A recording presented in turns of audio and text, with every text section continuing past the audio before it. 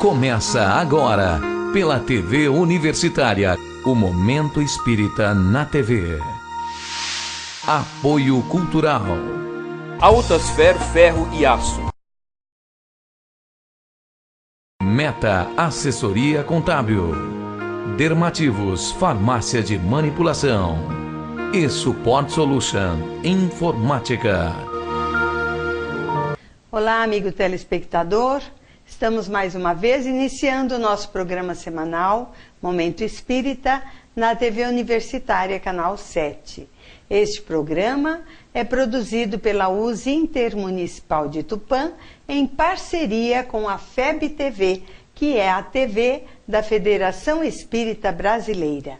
Hoje vamos apresentar uma matéria em que o expositor espírita Ricardo Silva vai falar sobre a vida e a obra de Amália Soler. Esta matéria faz parte do programa Biografia da FEB TV. No programa de hoje, nós vamos falar sobre Amália Domingo Soler, poetisa espanhola que organizou o livro Memórias de Padre Germano, lançado em 1900. E o nosso convidado de hoje é Ricardo Silva, que é colaborador da FEB, Federação Espírita Brasileira.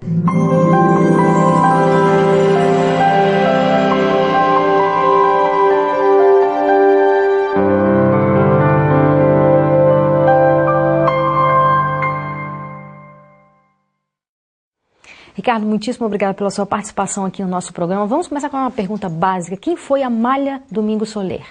Amália Domingo Soler, ela é conhecida como a cantora do Espiritismo, a poetisa do Espiritismo. Foi uma poetisa espanhola do século XIX, contemporânea de Kardec, e uma mulher de uma coragem excepcional. Inclusive, ela foi precursora dos movimentos feministas, porque à época era muito comum as mulheres terem a sua vida dirigida pelos homens, principalmente na Espanha, uma sociedade basicamente patriarcal, baseada muito nos valores católicos, ainda com resquícios da Inquisição, e ela, de forma serena, mais assertiva, enérgica, ela rompe esses padrões, não se casa, se torna uma das grandes poetisas espanholas e uma das maiores divulgadoras do espiritismo na Espanha, com alcance, inclusive, em outros países do mundo. Como foi que ela conheceu o Espiritismo? Porque, como você bem disse, ela viveu na época de Kardec, então, quer dizer, o Espiritismo naquela época, ele estava surgindo, na verdade, sim, né? A história de Amália é muito interessante, e para que a gente possa entender um pouco, a gente tem que conhecer o seu maior drama, que foi justamente a quase cegueira. Ela foi portadora, né, de uma deficiência grave, ela já nasceu praticamente cega, e sua mãe, que concentrava nela todo o seu carinho, todo o seu amor, lutou bravamente e conseguiu diminuir um pouco essa cegueira com os recursos da época. Ela não teve pai, o pai a abandonou junto com a mãe, então ela foi praticamente órfã, e elas não tinham recurso, ela e a mãe. E a mãe conseguiu, com muito esforço, fazê-la ler e escrever com 5 anos de idade. Aos 10 ela já fazia poesias. E quando ela cresce, então, a sua mãezinha fica doente, ela já quase sem recursos, porque o que o pai havia deixado como herança, digamos assim, estava acabando. Então, embora toda a educação primorosa que a mãe lhe deu, ela diz mesmo em sua biografia, chamada Minha Vida, que ela foi educada como uma nobre. E a mãe sabia que os dias estavam contados da fartura e adoece. Pouco tempo depois vem a falecer. E começa então o maior calvário de Amália, porque ela quase cega, sem parentes, ela passa por graves dificuldades, a ponto de se tornar realmente mendiga. Ela chega a empenhar suas roupas. Isso em que cidade? Na época, isso foi na Espanha, em Sevilha. Sevilha. E ela passa então por uma série de dificuldades gravíssimas, fome, desamparo. Lhe são oferecidas algumas alternativas. Por exemplo, entrar para um convento, coisa que ela jamais aceitou. Por quê? Ela não encontrava na Igreja Católica, até por todas as dificuldades que havia na Espanha nessa época, né? Ainda tinha um resquício grave da Inquisição, houve o Auto de Fé de Barcelona, onde foram queimados os livros de Kardec, havia todo um contexto e ela era uma livre pensadora, era uma mulher que tinha suas próprias opiniões. Então ela não aceitou essa primeira possibilidade de virar freira. E dizem a ela então case-se com uma pessoa mais velha. Você é uma mulher que tem uma boa aparência. Ela também se recusa, ela fala, não vou casar por interesse. E ela escolheu então um caminho mais difícil, que foi o de ficar sozinha, num país machista, num país patriarcal, no século XIX, com todas essas dificuldades e sendo ainda uma livre pensadora e uma deficiente, porque ela seria hoje considerada uma portadora de necessidades especiais, quase cega. Tanto que em muitos momentos da vida dela, ela não consegue trabalhar nem com a costura, que ajudava muito, que ela chegou a ser costureira, e fazia então, nessa época de grandes dificuldades, pequenos serviços, inclusive levando e trazendo cartas, recados. Então ela teve uma vida muito dura. E aí, quando ela estava numa das suas grandes crises de cegueira, uma amiga consegue contato com um médico que era homeopata e tinha um coração muito bondoso. Esse médico, chamado Reisner, ele recebe a Amália Soler no seu consultório e se compadece da situação dela, de toda aquela dificuldade. E ele diz assim para ela, muito bem-humorado, eu não acredito em religião nenhuma, mas a sua dor me compadece muito. E eu ouvi falar que tem uns loucos aí que pregam uma doutrina chamada Espiritismo, que fala muito de consolação, de reencarnação, quem sabe não te consola. E aí ela ficou animada e recebeu uma revista, um periódico, que era comum naquela época, na divulgação do Espiritismo, com toda a dificuldade que havia na Espanha. E ela, a partir dali, se identifica com os ensinamentos espíritas e ela passa, então, a se tornar uma estudiosa do Espiritismo. Como ela não tinha recursos, era muito pobre, ela não tinha codificação para ler, ela dependia desses periódicos que esse médico materialista passou a dar para ela. Foi instrumento, né? Foi espiritualidade. Exatamente. E aí ela começa, ela mesma, a escrever periódicos. E ela ficou muito espíritas famosa. Também ou não? Periódicos espíritas já. E ela, com uma lógica, com uma razão, porque a Amália, embora uma alma feminina, ela tinha umas características bem diferentes das mulheres da época. Ela era muito racional, o que na época não era comum, principalmente para as mulheres. Elas não se deixava que elas desenvolvessem esse lado racional. E ela era muito racional e ela passou, inclusive, a escrever periódicos refutando duras críticas que o Espiritismo recebia pela Igreja Católica. Por quê? Houve época na Espanha, naquele contexto, que o Espiritismo e outras religiões não católicas foram proibidos. O Estado era um Estado que admitia somente uma religião, a religião católica. E embora a população tivesse já uma certa repulsa por toda a história que houve da Inquisição, ninguém enfrentava, porque era passível, inclusive, de penas duras, graves. E ela escreve, e o primeiro periódico que ela lança, ela passa a lançar um jornal com toda dificuldade para escrever. O jornal dela é censurado por 42 semanas de suspensão, logo no primeiro artigo. Por quê? Ela contradiz os dogmas católicos. Aí ela lança outro periódico, com outro nome, e continua fazendo a sua história. Então é muito bonita essa história, é muito tocante. Porque lutadora mesmo, no né? século XIX, uma mulher sozinha, uma mulher avançada para o seu tempo, sem recursos financeiros, sem as possibilidades que nós temos hoje de internet, de xerox, de reprografia, ela conseguia, com a ajuda das pessoas, juntar dinheiro para escrever, reproduzir os artigos e mandava esses artigos, e artigos muito bons, porque ela foi conhecida, inclusive, como cronista dos pobres. Ela conseguia tirar do dia a dia, do cotidiano das pessoas, ensinamentos muito sábios, através da simplicidade. E alguns historiadores até dizem que ela é injustiçada. Por quê? Por essa característica dela, a elite acadêmica da Espanha à época, algumas pessoas não reconheceram a riqueza da sua poesia, a riqueza do seu material.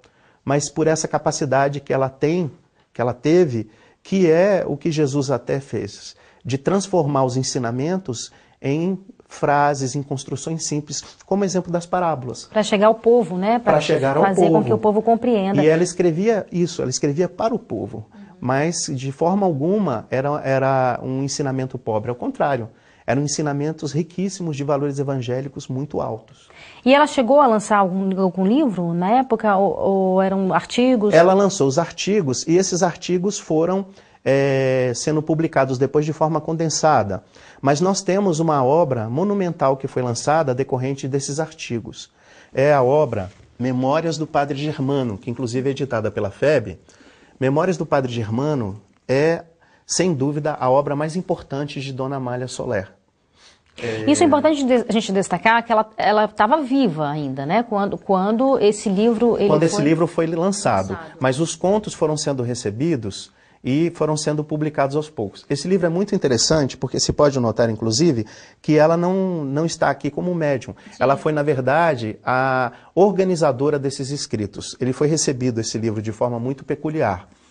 Um médium amigo de Amália, chamado Eudaldo Pagés, ele era médium sonambúlico e recebia pela psicofonia sonambúlica, pelo transe, o espírito Padre Germano, que foi um sacerdote por volta do século XVI e XVII na França. E ele, que se identificava como mentor de Amália Domingos Soler, por laços de afeto de séculos passados, ele passa a contar para Amália, através desse médium da psicofonia, suas histórias. E dizia que essas histórias serviriam para consolar muitas pessoas, inclusive a própria Amália. E Dona Amália, então, que era uma escritora e anotadora também muito rápida, enquanto o médium falava, ela transcrevia aquelas mensagens. Ela passou a anotar aquelas mensagens. E aquelas mensagens começaram a ser publicadas. Então, no período de 4 anos... Mas, desculpa, essas mensagens eram publicadas como se fossem dela ou não? Não, eram publicadas como mensagens recebidas mediunicamente pelo médium Eudaldo e que Dona Amália anotava. Né? Ela nunca assumiu autoria, tanto que o livro, ele coloca isso, né? As memórias são do Padre Germano. Amália Soler foi aquela que fez digamos, hoje seria considerada a degravação do livro.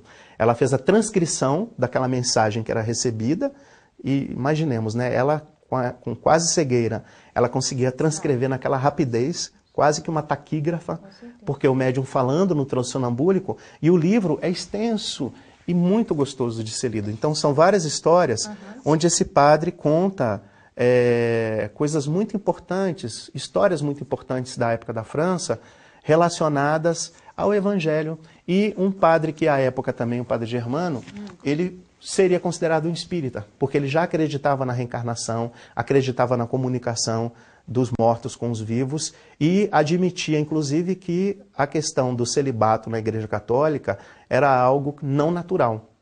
Ele, então, daquela época... Um revolucionário, né, também, né? Ele era uma alma diferente para aquela época, trazia ideias que poderiam ser consideradas revolucionárias.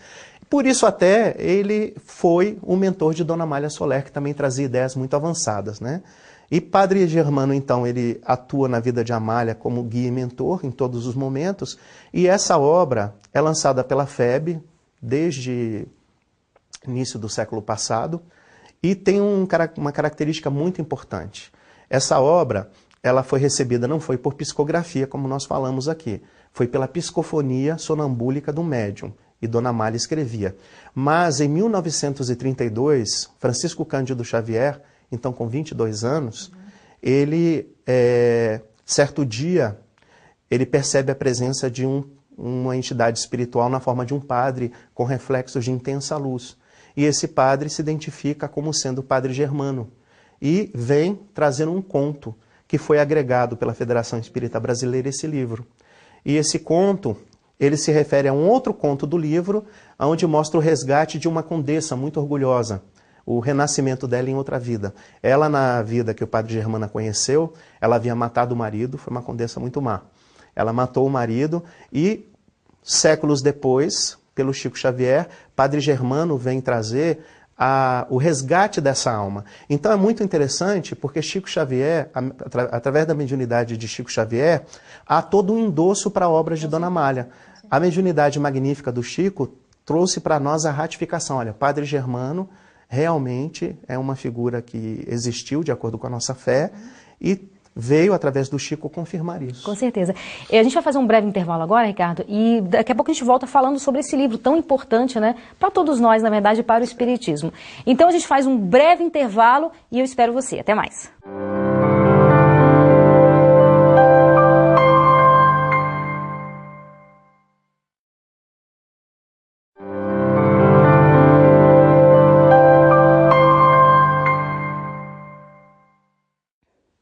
No programa Biografia de hoje, nós estamos conversando sobre Amália Domingo Soler e o nosso entrevistado, o nosso convidado é o Ricardo Silva, que é colaborador da FEB. Ricardo, então nós estávamos falando sobre esse livro tão importante, se você quiser pegá-lo até mais uma vez, que é Memórias do Padre Germano, que foi a Amália, né, que fez essa organização tão importante. Queria que você falasse um pouco sobre a importância desse livro para o espiritismo em geral. Esse livro, ele é muito importante e, infelizmente, é um livro pouco conhecido e pouco divulgado. Porque ele foi recebido em todo aquele contexto de dificuldades que havia na Espanha, num período onde Kardec tinha acabado de desencarnar e o movimento espírita espanhol, ele chegou a produzir, como produz até hoje, grandes frutos para a época. Teve, inclusive, o primeiro congresso internacional. E Dona Amália foi uma cronista, uma jornalista, né, que eles consideram, à época, muito atuante. Escreveu, às vezes, dependendo do ano, 150, 200 artigos por ano. Para uma pessoa como ela, como nós dissemos, que foi praticamente cega, humilde, sem recursos, ela conseguiu muito. E esse livro, ele sintetiza de forma muito poética, como o Padre Germano traz, essa entidade que se intitula Padre Germano, ele traz todos os princípios do Espiritismo retratados nas vivências que Padre Germano teve, que ele nos conta, no século XVI e XVII, na França. Ele foi um padre que se tornou padre pela força das circunstâncias, porque foi praticamente uma criança abandonada, e ele se torna um padre, mas um padre diferente, que já trazia em si de outras vidas os princípios cristãos, os princípios espíritas, como a reencarnação, o respeito ao próximo, a questão de Deus ser pai de todos, de não haver preferências. E esse livro mostra, então, as histórias que esse padre viveu, desde a mais tenra meninice até o seu desencarne, ele falece idoso, e a sua grande atuação na Igreja Católica. Ele não se identifica, ele não diz quem ele é, mas ele deixa sinais, ele dá pista que a sua atuação acabou sendo tão decisiva que ele se tornou, durante algum tempo, conselheiro do rei de França, à época. E é interessante destacar, como a gente já havia falado no bloco anterior, que esse livro teve a ratificação através de uma mensagem psicográfica recebida por Francisco Cândido Xavier, em 1932. E isso é interessante porque nós conversamos há uns anos atrás com Arnaldo Rocha, que, como se sabe, no movimento espírita foi dirigente e amigo de Chico Xavier. E Arnaldo Rocha, ele contou para nós como foi o recebimento dessa mensagem pelo Chico, em 1932. E ele diz para nós, então, o Arnaldo, que Chico ficou muito tocado com a mensagem, mas o que mais o emocionou e o levava às lágrimas ao falar do livro era justamente a afetividade que o espírito Padre Germano transmitia durante a comunicação. Um amor que transcendia, assim, a qualquer coisa, dizia Arnaldo para nós, que o Chico houvesse sentido até então. E Padre Germano, então, ao terminar a mensagem pelo Chico, ele se identifica também como cura d'Ars. Ou seja, ele viveu como Padre Germano entre os séculos XVI e XVII e ele volta na França como cura d'Ars. E cura d'Ars é conhecido na Igreja Católica como padroeiro dos padres. Ele, inclusive, tem uma mensagem no Evangelho segundo o Espiritismo, que é a mensagem bem-aventurados os que têm fechados os olhos. Coincidências não existem. Dona Amália padeceu toda a sua vida, naquela época, com a cegueira, e a mensagem de cura d'Ars, que consta do Evangelho, é justamente sobre uma jovem que queria ser curada da cegueira. E ele disse que não era o caso da cura, que aquilo era importante para ela. Então, a gente nota aí todo o envolvimento espiritual dessa entidade, Padre Germano e cura d'Ars, que são a mesma pessoa, por essa revelação do Chico, e toda a riqueza afetiva que esse espírito traz em torno do Evangelho, em torno dos princípios espíritas. Sim. E ele tinha uma ligação, o Padre Germano, ele tinha uma ligação muito forte com ela, com a Dona Amália, quando encarnada? Sim, ele foi mentor de Dona Amália, ele se revela para ela através do médium Odaldo como o mentor dela, e ela diz, inclusive, na biografia dela, intitulada Minha Vida. Ela mesma que escreveu. Dona Amália, ela tem essa biografia chamada Minha Vida, que é lançada pela editora Clarim, e ela fala que se ela progrediu algo nessa vida, com certeza foi graças aos conselhos do Padre Germano. ele é realmente o grande mentor dela. Ela tinha uma mediunidade ostensiva ou não? Não. Pela biografia dela, Dona Amália era muito intuitiva. Sim. Digamos que ela tinha uma intuição imensa, mas ela tinha uma vidência, ela conseguia ver os espíritos, né? Vou até me corrigir. Não é que ela não tinha mediunidade, ela via os espíritos. Mas o seu senso racional era tão grande que ela muitas vezes se tornava incrédula com as próprias vidências. E era preciso, então, que outros médiuns ratificassem aquilo para que ela acreditasse. Ela usava, na verdade, o critério kardeciano. Ela ia pelo critério da razão, ela analisava as comunicações, ela não se importava, não ficava deslumbrada com o nome das entidades. Ela procurava sempre, dentro da lógica kardeciana, a análise da substância do material. O nome era um detalhe. Certo. E ela então tinha, através disso, revelações também da sua vidência, mas ela se valia mais da mediunidade de outros médiuns como Eudaldo. E teve também um contato com Miguel Vives e Vives, que foi um grande médium espanhol, que trabalhou muito no espiritismo, e esse Miguel Vives e Vives, certa feita, a mãe de Amália se comunica com ela através desse médium, e lhe dá um grande incentivo, porque a Amália passou grandes dificuldades e chegou durante muito tempo a pensar em suicídio, chegou a pensar em se matar, porque a sua condição era muito grave. E ela não se matou à época porque encontrou na igreja evangélica um apoio, embora ela não comungasse dos princípios, mas ela se sentiu acolhida, coisa que ela não conseguiu na igreja católica à época, até por causa das suas ideias. Ela conseguiu esse acolhimento na igreja evangélica e, a partir daí, é que a vida dela começa a mudar. E com a comunicação de sua mãe através de Miguel Vives e Vives, ela passa a ver que realmente ela nunca esteve sozinha. E mais que nunca ela se fortalece na fé espírita. Entendi. Ricardo, pelo que você nos fala também, além do espiritismo ter sido importante para ela, ela também foi muito importante para o espiritismo no sentido da divulgação mesmo. Sim, muito, muito importante. E podemos dizer, sem nenhuma dúvida, que a Amália Soler ainda é muito importante para o movimento espírita. Há relatos do médium Divaldo Pereira Franco, nosso querido Divaldo, que Dona Amália continua atuando. Divaldo, inclusive, recebeu já em alguns congressos internacionais mensagem psicofônica dela, e há relato de outros médiuns que já receberam mensagens psicográficas e psicofônicas também. O Divaldo nunca chegou a psicografar nada dela? Não, mensagens sim, né? Nós não estamos de posse nas mensagens aqui. Mas há mensagens, livros não, há mensagens recebidas, e até na internet há vídeos, né, dessas psicofonias de Divaldo Pereira Franco, onde Dona Amália Soler transmite as suas instruções. Meu coração, que permanezca com nosotros la magnífica luz de Jesucristo, el venerando apóstol Dr. Becerra de Menezes, me confió la tarea de clausurar este encuentro en nombre de los espíritas de América. Ela é tida como o Bezerra de Menezes do movimento espírita internacional. Ou seja, Amália Soler é reconhecida como uma grande incentivadora da difusão espírita, principalmente nos países da América Latina, porque ela já fez isso em vida. Ela, na verdade, continua no plano espiritual fazendo o trabalho que ela fazia em vida, porque através de suas cartas, ela alcançou muitos países.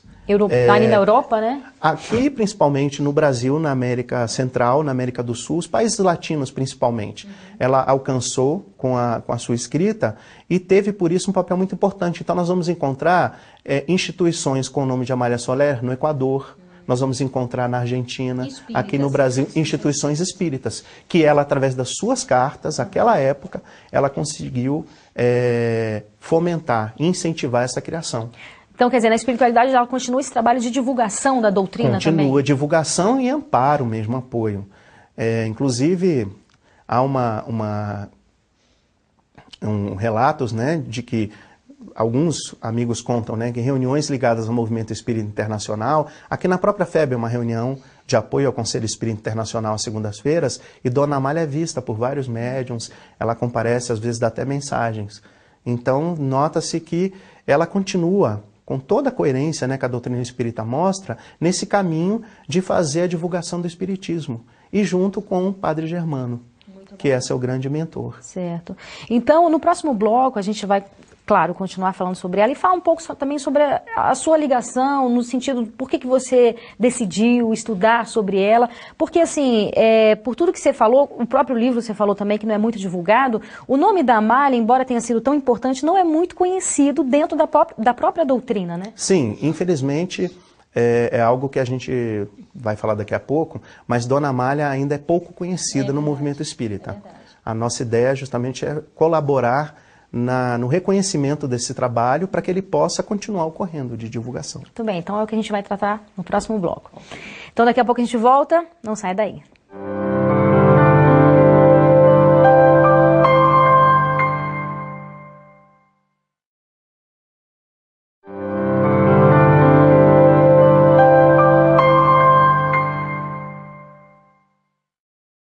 Estamos de volta com o programa Biografia. Hoje o nosso convidado é Ricardo Silva, que é colaborador da FEB, e estamos conversando sobre a Amália Domingos Soler.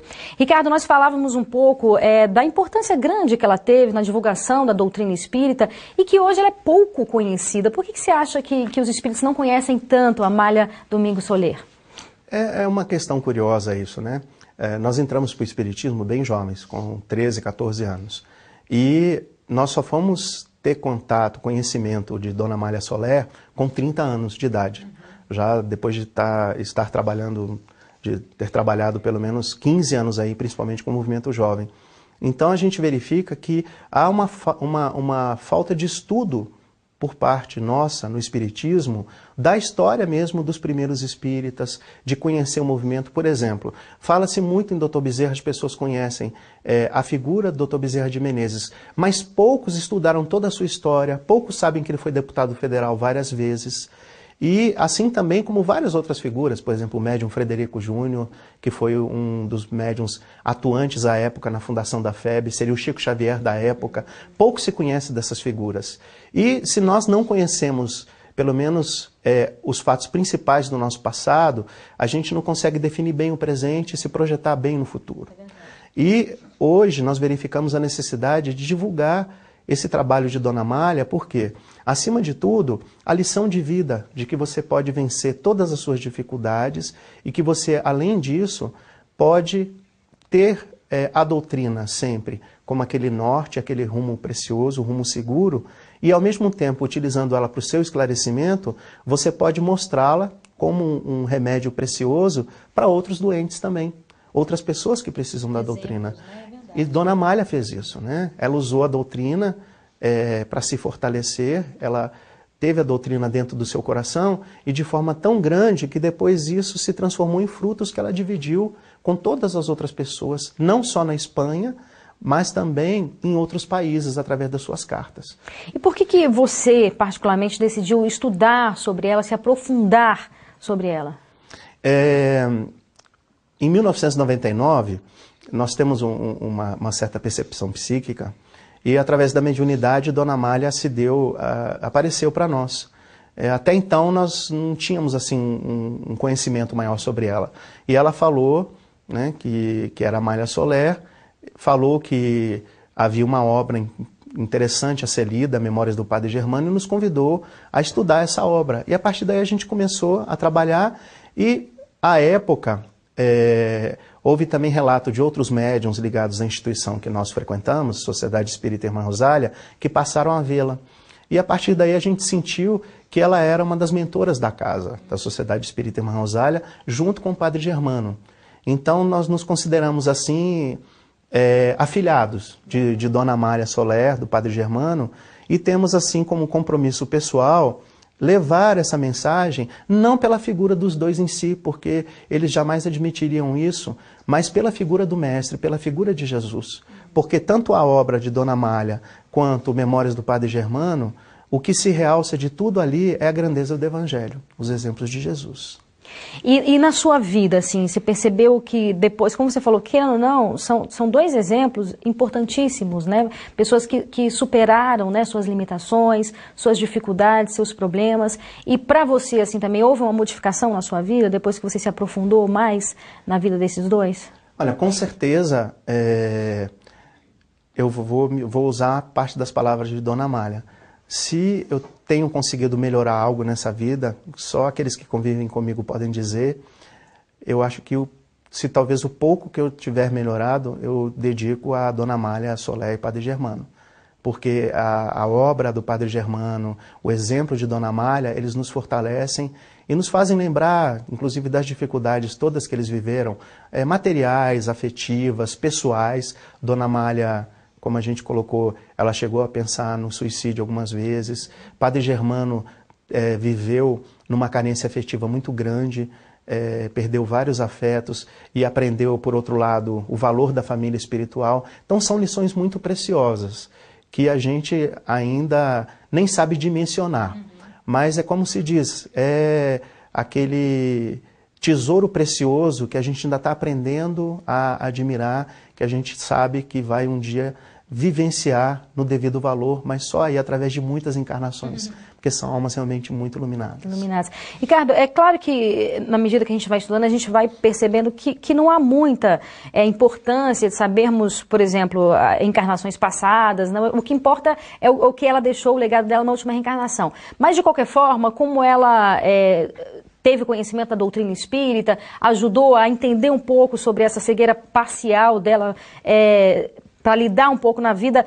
A gente sabe um pouco sobre o passado dela, assim, chegou a ser divulgado um pouco isso? No Minha Vida, na biografia de Dona Amália, ela chega a dizer que ela já foi, em algumas encarnações, pessoa muito culta.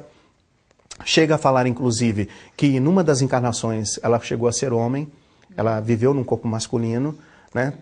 Talvez até por isso, psicologicamente, a gente entenda certas posturas mais assertivas dela. Porque nós sabemos que o espírito não tem sexo. E ele escolhe o corpo de acordo com a necessidade. Mas ela coloca que ela foi uma pessoa que não aproveitou os recursos que tinha, físicos, materiais e espirituais, e que por isso ela voltava com essa missão tão dura. E o Padre Germano, com certeza, ele fala nitidamente da ligação dos dois. Nós, particularmente, é uma visão nossa. Nós entendemos que, com certeza, Dona Amália deve ser uma das personagens do livro Memórias do Padre Germano. E ela voltaria aí 2, 3 séculos depois, na Espanha do século XIX, tendo o Padre Germano como grande mentor, para justamente resgatar algumas dívidas, mas ao mesmo tempo, como só ia acontecer com os espíritos muito fortes, enquanto fazia o seu resgate, também cumprir uma missão grande, que no caso dela foi a divulgação do espiritismo, através da própria vida, através dos artigos. Porque os artigos, com certeza, fizeram com que o evangelho fosse divulgado pelas mãos operosas de Dona Amália. Mas a sua própria vida foi também uma grande divulgação. Pela simplicidade, pela afetividade que ela tinha com as pessoas. Ela foi também mãe de muitas crianças, muitos jovens passaram por ela. Então foi uma alma que não só escreveu graficamente a sua história, mas ela deixou registrado com suas lágrimas, com suas dores, toda uma luta e todo um crescimento espiritual.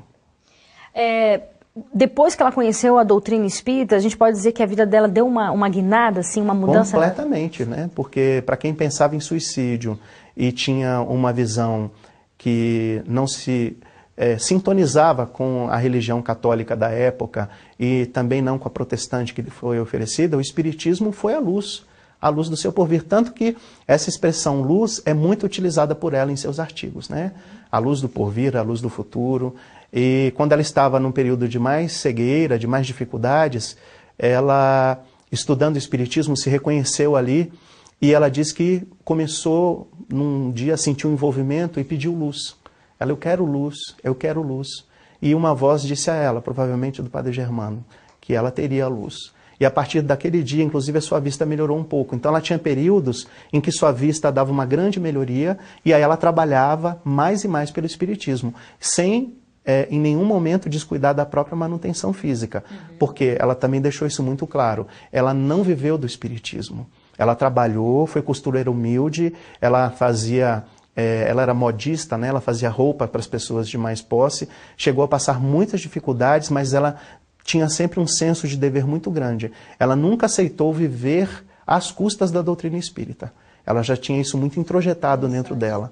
Ela cuidava da vida dela e trabalhava nos outros momentos. Às vezes ela passava o dia todo costurando e na mente, trabalhando os versos, as poesias que ela faria, inclusive para declamar depois em sessões públicas, espíritas, e à noite é que ela anotava. Tinha uma memória prodigiosa. Bacana. Qual o legado, assim, que você acha que ela deixa pra gente? Fé. A fé de Dona Amália é impressionante. Fé no meio de tanta escuridão, escuridão religiosa à época, escuridão física, solidão, ela conseguiu achar a luz e seguiu a luz. E está muito bem, pelas mensagens que se tem. A fé, com certeza, para mim, é a lição mais preciosa que ela deixa. Que maravilha, Ricardo. Então é isso, os livros aqui que você nos indica, né, são basicamente esses dois. E Memórias do Padre Germano, que é um livro imperdível. Maravilha. Tá ótimo. Muitíssimo obrigada pela sua participação aqui, viu? Até a próxima. Até a próxima. E obrigada a você pela companhia. Até mais.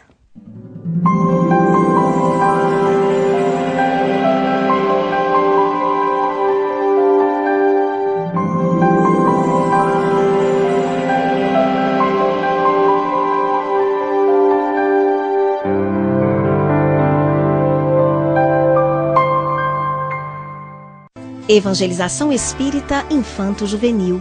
Semear é confiar na colheita. Hoje é a oportunidade ditosa para depositardes sementes no solo dos corações. Amanhã será o dia venturoso de colherdes os frutos da paz. Francisco Thyssen. Coopere com Jesus. Participe dessa semeadura.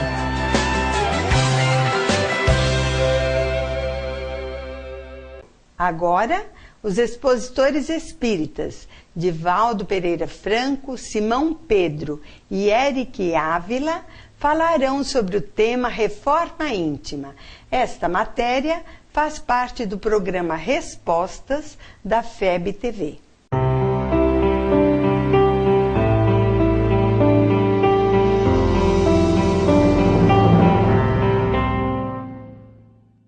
Os expositores espíritas respondem diversas dúvidas no Respostas.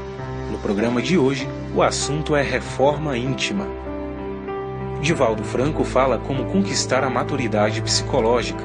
Simão Pedro explica o que falta para as pessoas exercerem o autoconhecimento. E Eric Ávila conta como entrar no caminho do amor, enfrentando as dificuldades. Como conquistar a maturidade psicológica quando o nosso ego e sombras ainda são tão fortes? Como exercitar? Começando. Então nós procurarmos alguém que um dia nos magoou e olhar sorrindo e dizer: olá, sabe que eu me lembrei de você ultimamente? Gratidão, sem palavras. Aquele gesto da pessoa para conosco de uma maneira perturbadora. Olharmos para o nosso filhinho hoje ainda e dizer: meu filhinho, quanto eu amo você. Às vezes eu fico nervoso ou nervosa, mas é natural, você me entende, não? Dizer ao companheiro, à companheira: quanto é bom viver com você. Que maravilha é ter encontrado. Comece. Saúde as pessoas com alegria. Muitas vezes eu estou em elevadores, as pessoas entram e eu sou invisível. Eu fico impressionado. A pessoa chega, olha para a cara, vira e marca o lugar. Eu não deixo passar. Eu digo assim: olá. Ah, desculpe, não vi. Eu digo: viu. É que a gente vem do sol e às vezes não enxerga. Porque as pessoas estão tão perturbadas no seu eu e estão tão fechadas que todos nos tornamos criaturas invisíveis. Vamos acabar com a invisibilidade. Eu sempre fico no Rio de Janeiro, no apartamento, desde há 42 anos, no mesmo local. O apartamento fica fechado, espera por mim, E então eu sou mais ou menos conhecido no prédio. Eu fico 10, 15 dias uma vez e outras vezes 4, 5 dias. E desta última vez, que foi no mês de julho passado, eu estava e entrou uma senhora. Ela entrou e me deu as costas. Então eu perguntei: a senhora quer que eu marque? Ela disse: eu não o vi aí. Eu digo: é por isso que eu estou perguntando. E o senhor mora aqui? Eu digo: não, eu aqui estou em trânsito. Em trânsito? Como é em trânsito? Eu disse: é o seguinte, havia um jovem americano, e o elevador está subindo, né? Não marquei, está subindo. Havia um jovem americano que tinha um guru no Egito. E um dia ele foi visitar o guru. E quando chegou na casa do guru, não tinha nada. Não tinha cadeira, não tinha sofá, não tinha mesa. E ele, americano, com aquela parafernália de coisas, voltou-se para o guru e disse: ué, mas o senhor não tem nada? Ele disse: eu estou em trânsito. O que foi uma grande decepção para o americano. Ela perguntou: o que o senhor quer dizer? É que eu estou aqui num apartamento, porque periodicamente eu venho ao Rio. Ela então pegou assim na minha mão: e o senhor já soube de quem é que está administrando o prédio? Uma mulher miserável. E começou, aí o elevador desceu e nós dois lá dentro.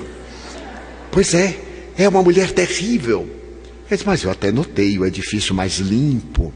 Ela fez várias construções, a entrada está muito valorizada. Isso é máscara. O senhor sabe o que é maquiagem? Eu digo: já ouvi falar. É maquiagem. Todo o material é de segunda. Dentro de pouco tempo vai quebrar. Eu então sorri para ela e disse assim: o dia para a senhora não estava nada bom, não é? Ela não estava o dia, a vida, meu filho, a vida. Eu vou saltar no segundo. Aí saltou e foi embora. Então eu fiquei rindo. Eu fico no quarto andar. Meu Deus, como nós estamos, como jogamos fora a nossa vida. Quando ela poderia, no momento em que eu disse: posso marcar para a senhora? Pois não, muito obrigado. Então nós podemos voltar ao culto da gentileza, dar bom dia, olá. Nós brasileiros parece que temos horror a certas palavras. Eu tenho uma amiga e ela me contou que sua filhinha de 4 anos é o seu exemplo de aprendizagem e de pedagogia. E ela disse à criança que existem umas palavras mágicas: por favor, licença, muito obrigado. E todo dia: por favor, licença, muito obrigado. E explicou e deu os exemplos. E certo dia ela estava mais distraída e a filha disse assim: mamãe, me dê um copo com água. E a mãe disse assim: e as palavras mágicas? Ela: abracadabra. Nós brasileiros não gostamos de dizer por favor ou muito obrigado. Em outros idiomas, no espanhol, por exemplo, no alemão, no inglês e no francês, é muito comum o please, o por favor. E nós não. Muitas vezes nós damos um obrigado que a gente não entende. Abrão. Parece que tem vergonha. Parece que dizer muito obrigado nos humilha. E é bem curioso dos nossos conflitos. Eu noto a pessoa que é conflitiva quando vou autografar o livro. E eu estou perguntando assim o nome, e a pessoa diz: é para mim. Eu digo: pois não. E o nome é meu. Ou é de minha mãe, é de meu pai. Eu digo o nome, Bram. Eu digo: como é que soletra? A pessoa parece que tem vergonha de dizer o nome. Na língua inglesa, quando nós somos apresentados a alguém, é muito prazer, Divaldo. Meu nome, Divaldo Franco. E então nós fixamos. Entre nós é como dizer: olha, quer lhe apresentar o amigo? Oh, não, como vai? Tudo bem? Nele fica sabendo nosso nome, nem o nome dele. Daí a 30 anos, lembra de mim? A gente diz por delicadeza: sim, mais ou menos. Como é meu nome? Só falta o pedido, o RG e os demais documentos. Então nós podemos começar a gentileza e a gratidão em pequenos exercícios. Vamos nos acostumando, que eles se tornam automáticos em nossa vida.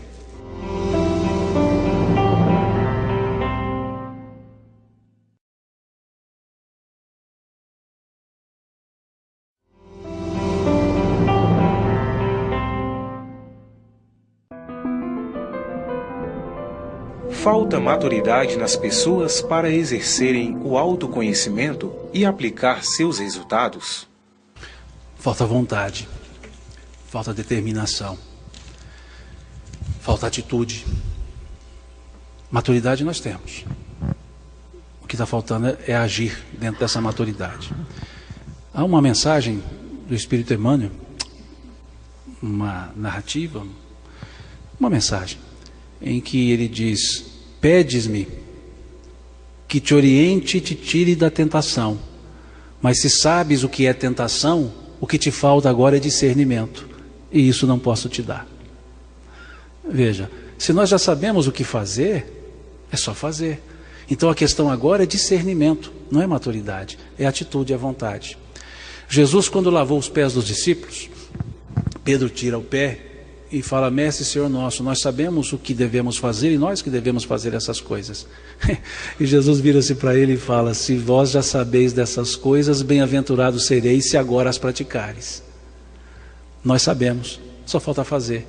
Então a bem-aventurança está na atitude, em conformidade com o conhecimento. Então o que nos falta é essa vontade. O erro e o acerto também é um método de aprendizagem. Um pouco difícil, um pouco danoso nas consequências, mas é um método de aprendizagem. Então nós podemos aprender com os erros. Vamos errando menos, não errando, e depois começamos a acertar. É um processo. Então o que nos falta é valorizar esse crescimento. Pedro nega Jesus 3 vezes. Mas quando as pessoas diziam a ele que ele pregava a Jesus, a que ele tinha negado, ele reforçava dizendo que havia negado e sabia o quanto isso lhe doía. Então que ele queria que os outros não negassem, para que não sofresse o que ele sofreu. Então ele fazia do seu erro uma plataforma de crescimento para os outros, uma plataforma de acerto. Ele não ficava se lamentando, dizendo: eu não sou digno de fazer nada, quem sou eu para isso, eu neguei Jesus. Paulo, o apóstolo, que perseguia as pessoas por acreditar piamente que estava certo, tanto que Estevão lhe diz, ou melhor, diz a Abigail: não condeno Paulo, pois ele defende a Moisés, a quem ele conhece, mas quando ele conhecer a Jesus, ele também o defenderá. E Paulo, quando está indo para Damasco, se encontra com Jesus.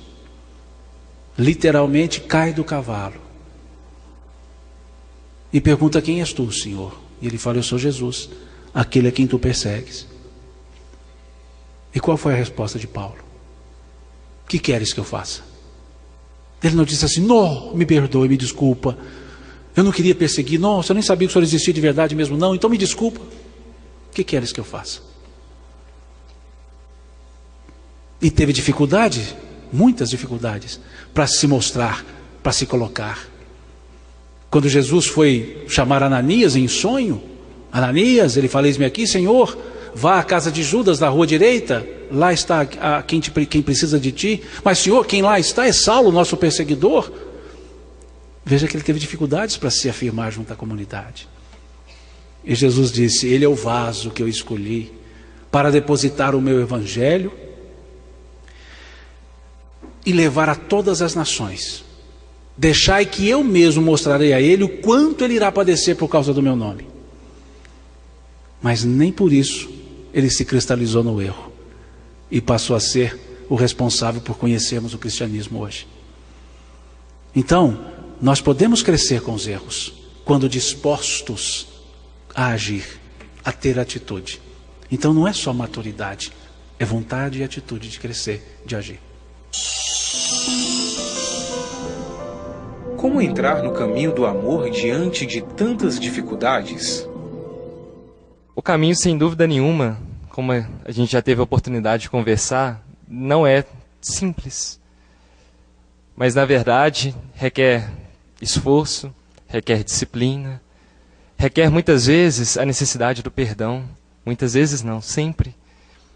E é nos reconhecendo como figuras pertencentes a este universo inteiro, como um dos tantos filhos de Deus, um irmão frente a tantos outros irmãos de caminhada, que tem também seus desafios, que às vezes em um momento pensam num aspecto mais violento, num momento da sua trajetória, pensam de um modo que possivelmente nós ontem estávamos pensando. E o caminho para a nossa para o nosso progresso e para a modificação das nossas tendências, a ponto de todos nós hoje estarmos aqui num evento médico espírita, falando dessas coisas, foi um caminho de alguém estendendo a mão para a gente. Foi um caminho de outros perdoando os nossos equívocos e de muita misericórdia de Deus para conosco. Então, entendendo cada um como irmão, o caminho fica facilitado, para que a gente consiga de fato perdoar, exercer essa terapia que é tão maravilhosa.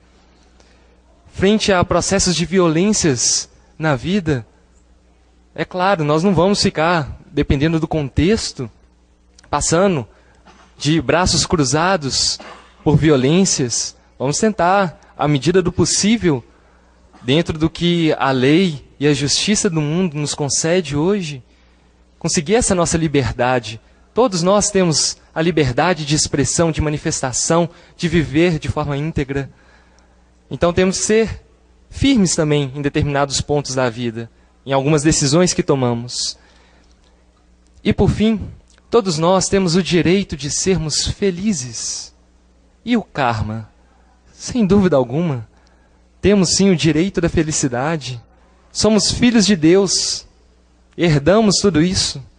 A felicidade é o caminho que nos aguarda. E Deus, Ele não é um velhinho de barba que fica atrás do tribunal martelando e dizendo: olha, você errou, estou com raiva de você e agora você vai pagar por isto. Não, muito antes pelo contrário. É uma força de amor, um amor de um tamanho que nós nem imaginamos. Um amor que muito antes de termos consciência de sua existência, já nos amava.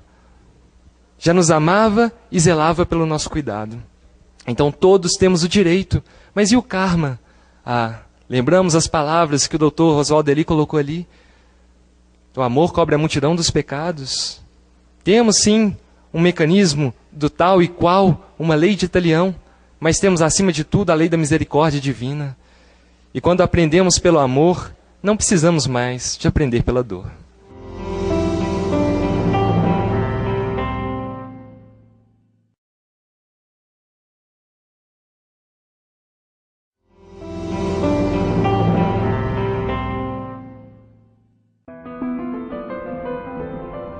Sou muito orgulhoso, porém sempre sou grato aos que me ajudam. É um conflito de sentimentos? Quando nós somos humildes e reconhecemos os objetivos sagrados da vida, nós demos um passo no desenvolvimento que Allan Kardec denomina intelecto moral. Mas o fato de sermos orgulhosos não quer dizer que sejamos prepotentes. Temos orgulhos, vaidades, mas também temos outros sentimentos. Os sentimentos são um leque de manifestações. O primeiro sentimento nobre que o espírito conseguiu foi o amor no processo evolutivo. Então não é nada incoerente. A pessoa tem a sua forma de ver a vida, tem os motivos do seu orgulho, as fantasias que vieram do passado, as perspectivas de nobreza, de falsa superioridade. É um engano que se permite, mas tem um sentimento bom de reconhecer o bem que se lhe fazem. Então não é absolutamente incoerente. Pelo contrário, é muito lógico e muito bom, porque já reconhece que, sendo orgulhoso, está lutando para deixar de sê-lo. Porque quem o é, na extensão da palavra, não se identifica como tal. É soberbo, é presunçoso e olha a todos com um sentimento de baixa estima. Continue superando o seu orgulho e sendo grata à vida. Desculpa e perdão podem ser usados como sinônimos? Aí é uma questão só de palavras, gente. Há pessoas que por qualquer coisinha dizem, quaisquer coisinhas dizem assim: oh, me perdoe. Pisaram no meu pé, oh, me perdoe. Outras por uma situação mais difícil: olha, me desculpe, eu não queria fazer assim. É uma questão de palavra. O que vale não é a palavra proferida, é o sentimento que está nela. Qual o sentimento que eu estou colocando num pedido de perdão ou num pedido de desculpas? Que força eu ponho nisso? É pro forma? Ou é simplesmente, ou é de fato um interesse? Então a questão aí não é a palavra que eu vou usar, é o sentimento que eu coloco nela. E não só quando faço pedido de perdão, O sentimento tem que estar em todos os nossos atos, em todas as nossas palavras. A palavra carregada de sentimento, ela tem eficácia quando proferida. Quando Jesus terminou de falar o Sermão do Monte, o evangelista Mateus grafou uma coisa muito interessante. Ele escreve: e todos se admiraram da sua doutrina, porquanto ele falava como quem tinha autoridade, diferentemente dos fariseus. Ele falava as palavras que os fariseus falavam, mas as palavras contidas, os sentimentos contidos nas palavras proferidas por Jesus, era de autoridade moral, de sentimento verdadeiro, e não apenas pro forma. Então é preciso que em todas as palavras proferidas, coloquemos o real sentimento, sentir o que nós estamos dizendo, e não somente dizer o que nós estamos sentindo. Porque dizer o que sente é fácil, principalmente quando é raiva. Mas sentir o que diz nem sempre nós fazemos. Quer ver um exemplo? Quando nós somos apresentados para uma pessoa que nós não conhecemos, nunca vimos, e aí diz: Simão, essa é fulana, fulana, essa é o Simão. Normalmente como é que a gente se cumprimenta? Muito prazer. Já viram uma incoerência maior do que essa? Como ter prazer em conhecer quem eu não sei quem é? Prazer é sentimento que se tem depois de algo fazer ou experimentar, mas não antes. Ah, Simão, é porque você não foi apresentado para um artista, sei lá. Pode ser uma enorme curiosidade conhecê-lo, mas pode não ser um prazer. Então como seria? Tudo bem? Tudo bem. E aí conversamos, conhecemos. Foi um prazer tê-lo conhecido. Ou tchau. Não precisa dizer que foi um desprazer também. E há pessoas que têm tanto prazer quando conhecem outra pessoa, que são apresentadas 2 vezes à mesma pessoa e dizem muito prazer das 2 vezes, ou seja, já esqueceu da primeira vez. Que prazer foi esse que nem se lembra mais? Então nós não estamos sendo coerentes, nós não estamos colocando sentimento nas palavras que proferimos. Então não depende de ser desculpa ou ser perdão. Depende o que realmente eu estou oferecendo. O arrependimento e o pedido de reconsideração por parte daquela pessoa. Se isso está no sentimento, desculpa ou perdão, não vai fazer diferença nenhuma. Vai haver a ressonância do sentimento que eu estou exalando. Então é apenas uma palavra. No uso e costume, o perdão ficou algo ligado a uma virtude muito grande para outra pessoa. E ficou muito atrelado à ideia de Deus. Então, quando se fala em perdão, entende-se, é uma ação divina. Diz até num ditado popular: errar é humano, perdoar é divino. Por quê? Porque nós demos a essa palavra esse peso, esse arquétipo que nós criamos. Divino é muito mais do que isso. Que nós não teríamos nem palavras para poder expressar o que é uma ação divina. Simplesmente que não nos é possível, por falta de condições, sondar o sentimento, o pensamento íntimo de Deus, conforme vemos lá no Livro dos Espíritos. Se não me falha a memória, questão número 10. Pode-se sondar a natureza íntima de Deus? Não, é um sentido que lhes falta. Então vejam, isso não dá para expressar que o perdão é algo divino. Nós é que atribuímos a Deus essa ideia. Então, nós demos a essa palavra uma carga. Mas a carga melhor não é a da palavra, é o sentimento que eu vou colocar.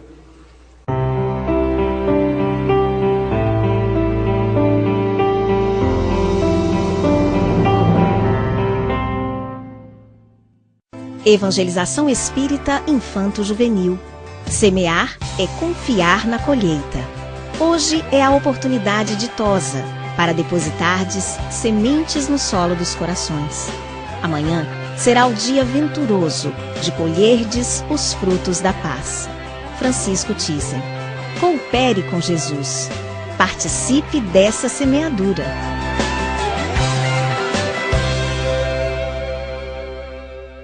Amigo telespectador, agradeço a sua amável atenção e lembro que este programa vai ao ar pela TV Universitária Canal 7, todas as sextas-feiras, às 15 horas e às 20 horas, como também aos sábados, às 0 hora e às 10 horas.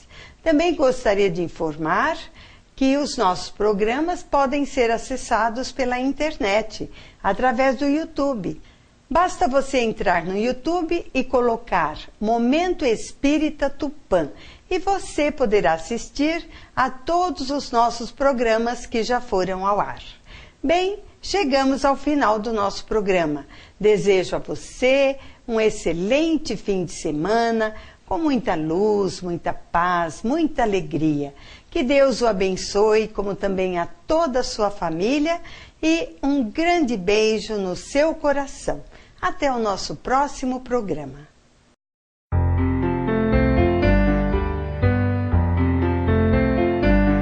Ouça pela Rádio Tupã AM 1130 kHz todos os domingos das 12 horas às 12 horas e 50 minutos o programa Momento Espírita, apresentado por uma equipe de colaboradores da União das Sociedades Espíritas Intermunicipal de Tupã, com mensagens de paz, esperança e amor.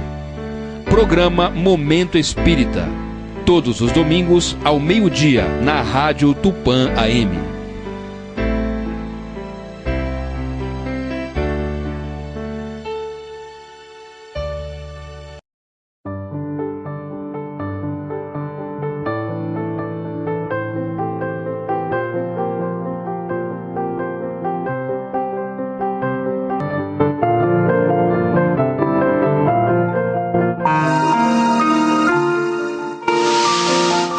Você assistiu pela TV Universitária o Momento Espírita na TV.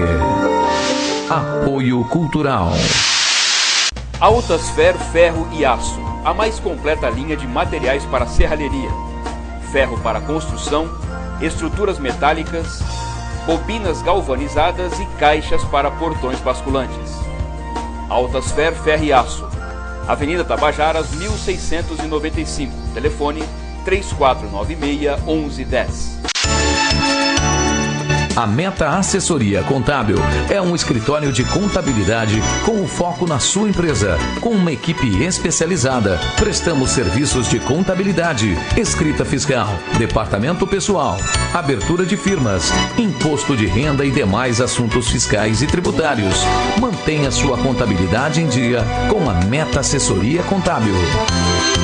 A Farmácia Dermativos tem uma linha completa de produtos para a sua beleza. As melhores marcas você encontra aqui: Adicus, Adatina, La Roque, Vite, Dermaneio, Roque e outras. Além disso, uma variedade em cosméticos manipulados de última geração. Venha conhecer a melhor e mais completa farmácia de manipulação de Tupã. Dermativos, Tamoios 1260 ou Rua Emorés 1626. Ligue 3441-4884 e 3441-6982.